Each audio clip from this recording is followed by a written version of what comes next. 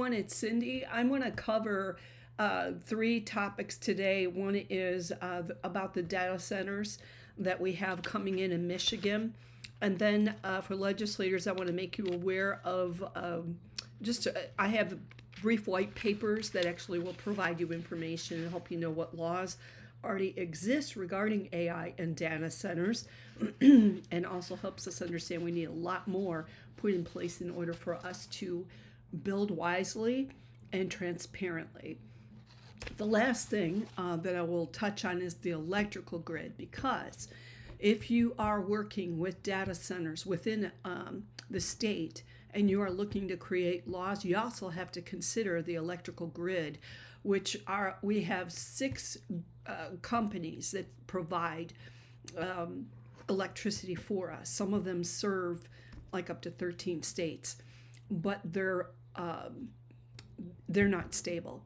Our grids are mainly over 100 years old, and they do not have the capacity to provide what would be necessary for what's called green energy, let alone to be able to put the weight of data centers that are coming into the United States. For those who are looking at data centers and saying this is evil, I'm just going to say right up front, biblically, everything was created for God, through him, by him, to worship him. And so people, when they first probably heard about the light bulbs or cell phones or whatever, they called all of this evil.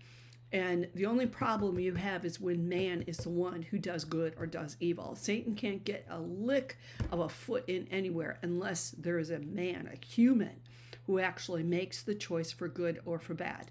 So anything could be evil, anything.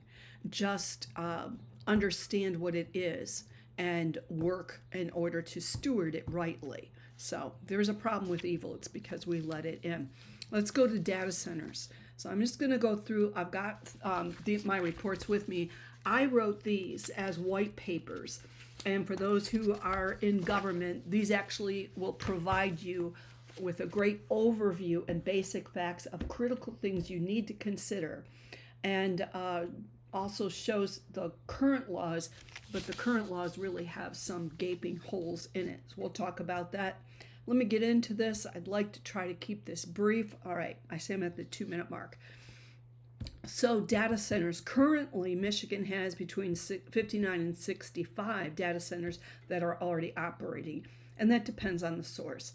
That includes facilities across 11 markets through the state, and they're generally concentrated mainly in Grand Rapids and the Detroit region. So the proposed projects, I have a list of 10. Now that's over a month ago, so there's probably more. But there's 10 communities that have publicly unveiled hyperscale data centers. Those are quite large ones. And they're proposed, and they're in various stages of development. And so the actual number is incomplete at this point. But what are some of the major proposed projects? And these are not all of them, guys. Stargate, which is actually the state has said is coming in.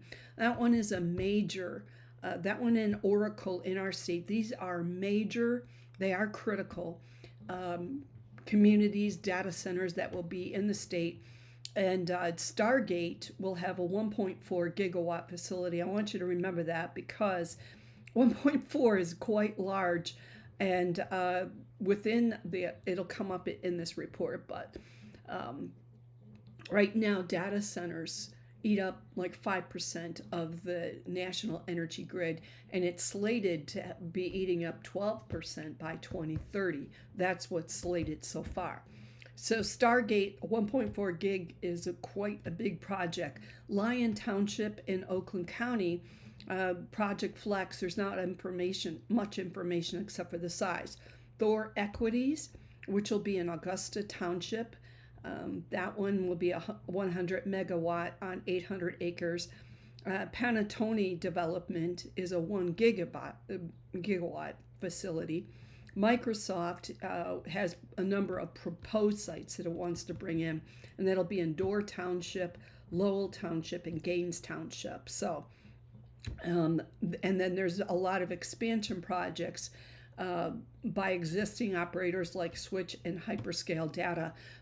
When data centers come in, you can have a lone wolf like maybe Microsoft or Stargate or Oracle. This might be a company that wants to build it and run it off of their own stuff. You can also have like a storefront. I'm going to call it a storefront, where you provide a site, you put the data center components and everything gets built. This is Panettone, where they actually build according to what maybe a company wants to bring in. But then you can have individual companies of a smaller scale buy in to into a data center project. Basically, they're renting space. The question is, what are we paying for? So the power demand implications. DTE has contracted with Stargate for 1.4 gigawatts with a 3 gigawatt in late stage negotiations. That's important to pay attention to. That's a lot of energy that would be required. And you have to ask, who's going to pay for this? Who's going to pay for it? Transparency is an issue. We'll see if we'll bring that up in a second.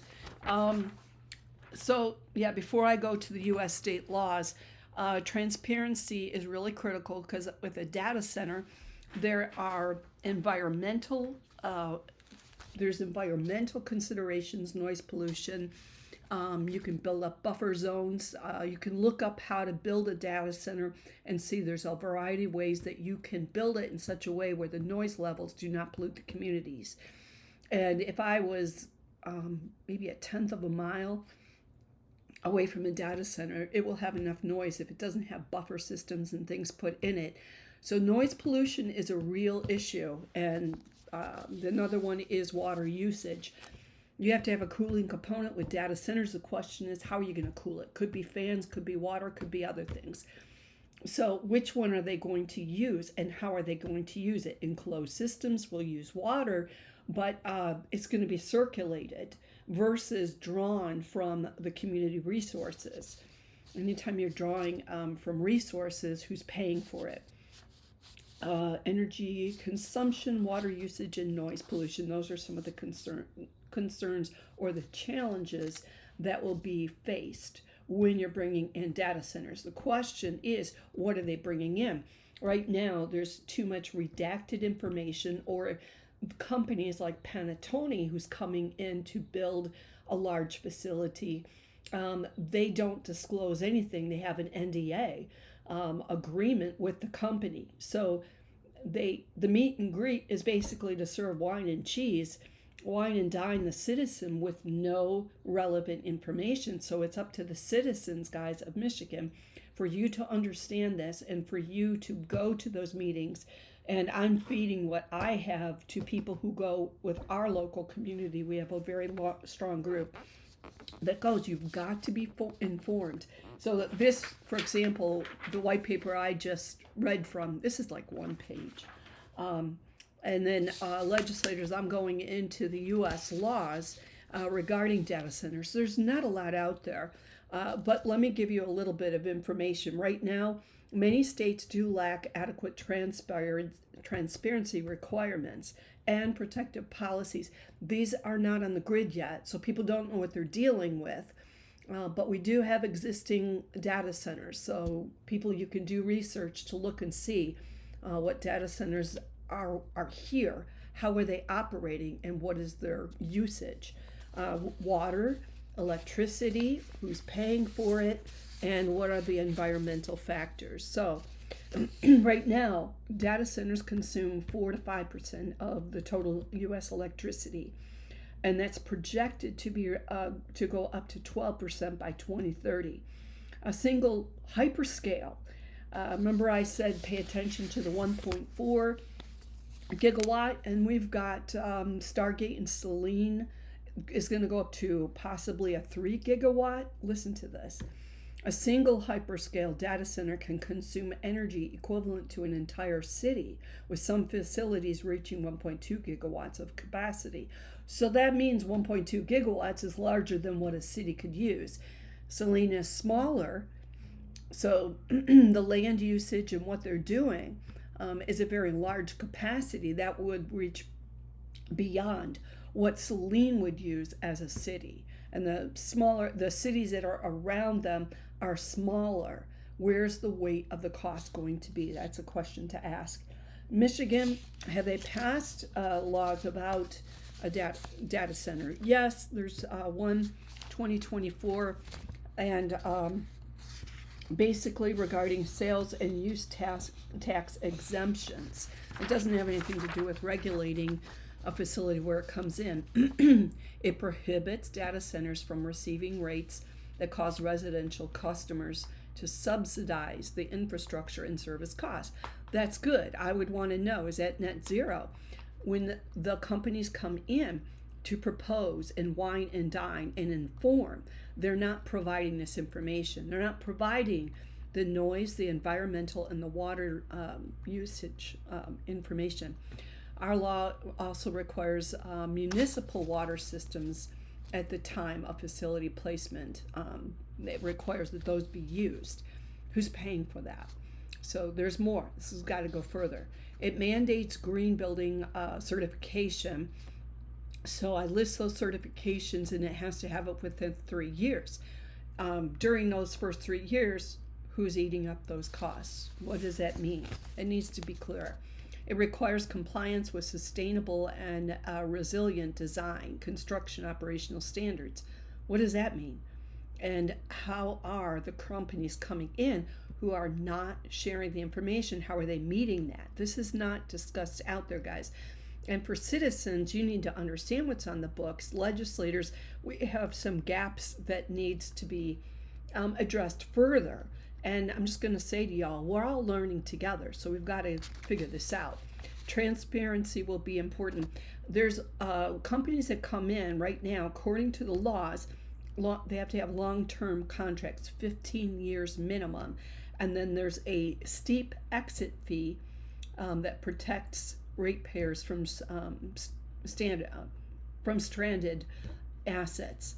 And my question on that's going to be again, well, you know, if these companies are being drawn in and given free taxes or free ability to lead whatever negotiations are made from the governor, the information is not transparent. We don't know what we're dealing with. And I've seen companies who are given billions of dollars to bring their company in and decide at the last minute to not come in.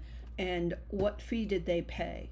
You know, were they held? And then companies who were excused from those fees. So we've got a long ways to go. Other states that I've listed in this report for legislators includes what Texas has, what Virginia has, California, and other states that are proposing as of 2025. There's about 113 bills across 30 states. And Arizona, Colorado, Connecticut, Georgia, Indiana, Illinois, Maryland are some of those, Minnesota, New Jersey, New Mexico, et cetera, et cetera. So the bottom line with this is transparency and accountability. This is a new field, so the process is going too fast, and people are going to be caught. They already are. They're caught in the crossfires of this being established, and someone's going to have to eat this. And right now, it's your citizens. And citizens, what bills, what needs to be produced? And I would tell the citizens, you need to start doing your own laws through petition drives, and that takes a lot of work, takes a lot of effort, but determine. That's another way in order to get laws passed, is for citizens to take up what they want and get the job done. That's a new wineskin, and that is something that needs to function in Michigan. I'm saying that prophetically to you. Transparency and accountability, the best practices for model legislation, energy efficiency standards, water protection. Again, you can have other cooling systems other than using water. What are they? That this all needs to be drawn out. And then ratepayer protection. And then anyway, I lay out some things for the federal policy landscape. What does that look like? And then I do lay out 10 suggestions for states. So that gives you an overview of those reports. And I list the full bibliography and endnotes resources in these so you can do your own work. You can go look and read things. And I like to be informative, but I like to empower you for you to look at your own issues. Now, when we talk about data centers, guys, I hope you're staying with me, okay? We have to look at the electrical grid because it's aged. And I'm not sure where I'm going to highlight in here. There's maybe about 6 companies. If I'm wrong, it'll be 9. 2 of them I want to highlight: MISO, M-I-S-O, and PJM. These are the largest electrical grid providers that we have. And our grid is extremely vulnerable. I do lay out the transparencies in here, the capacity deficits, the foreign ownership of, especially when we go north, we're looking at a number of our energy grids being owned by Canada. And that to me is important because in the Upper Peninsula, there's resources, gas and oil and a couple of other things that the way that the energy flows, we are the connecting point for East and West Canada right through the Upper Peninsula. So you touch line 5, you touch some of these electrical grids and start playing around, you're shutting down major resources throughout Canada. Anyway, so but MISO and PJM are 2 companies. It's covered thoroughly in here as far as they've had a number of grid issues where they have maxed out. They've had cyber threats and issues. Everything's listed in here, but there's a number of threats that they've had to deal with, and that's not even touching into what is going to be required of them. The grid is going to be required to provide for data centers and for other things. I'm thinking biometrics. I don't want to go down that lane though. And it doesn't have the strength or the capacity. And so when we look at power grid failures and what are the levels of safety, both MISO and PJM have gone way beyond that. And they've been operating in a deficit. MISO had to take, like 8 billion megawatts. It's in the report. But they had to draw a great amount, might have been 8 gigabytes, from PJM at one point over the last couple of years. So the grid has been in a very difficult, tough place and dangerous. And we've heard about that even through these snowstorms. It's February and we've had a number of snowstorms, and there were threats throughout the United States reporting of you could experience power outages through these ice storms. Texas people's lives were in danger because they don't have heat in their houses, and they were going down to 30 degrees. So anyway, but I provided a key executive summary in here that talks about the infrastructure age and reliability. And much of Michigan's electrical grid infrastructure exceeds 100 years in age, with voltage capacity limitations that are inadequate, for the contemporary demands, for example, with electric vehicle adoption and emerging data center loads.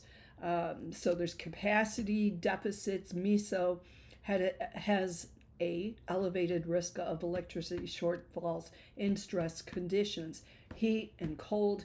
Then you throw data centers in there. It's just going to continue to stress it. PJM failed to meet its 20% reserve margins in late 2025. There's foreign ownership considerations that you have to consider. Mainly that's Canada. And then cybersecurity threats. When we look at the need for data centers, because you've got to have these in place to help keep up with the different types of cybersecurity threats, it's a difficult situation. This is a new grid of economy that can come in, but it has to be stewarded wisely. So, but the security threats here, we need data centers to help out with that.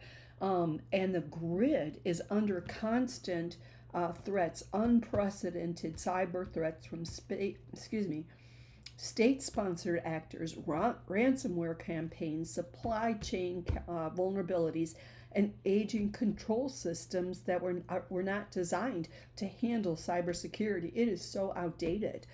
So, and then leadership transition. Some of the companies that I've mentioned, PGM, Miso, PGM's going through restructurings, and they have a corporate leader who is not there. The CEO is not there, and it's not been shared who would fill that position. So whatever they're considering as a company, if they're reshaping whatever, in the midst of that, they are facing shortages. So that's an internal pressure as well as outside. So 1, 2, 3, 4, 5, 6. Okay, I do list 6 key companies that are mentioned in this report. I do highlight PJM, their interconnectedness, because they handle 13 states and serve about 67 million people, guys. Isn't that amazing?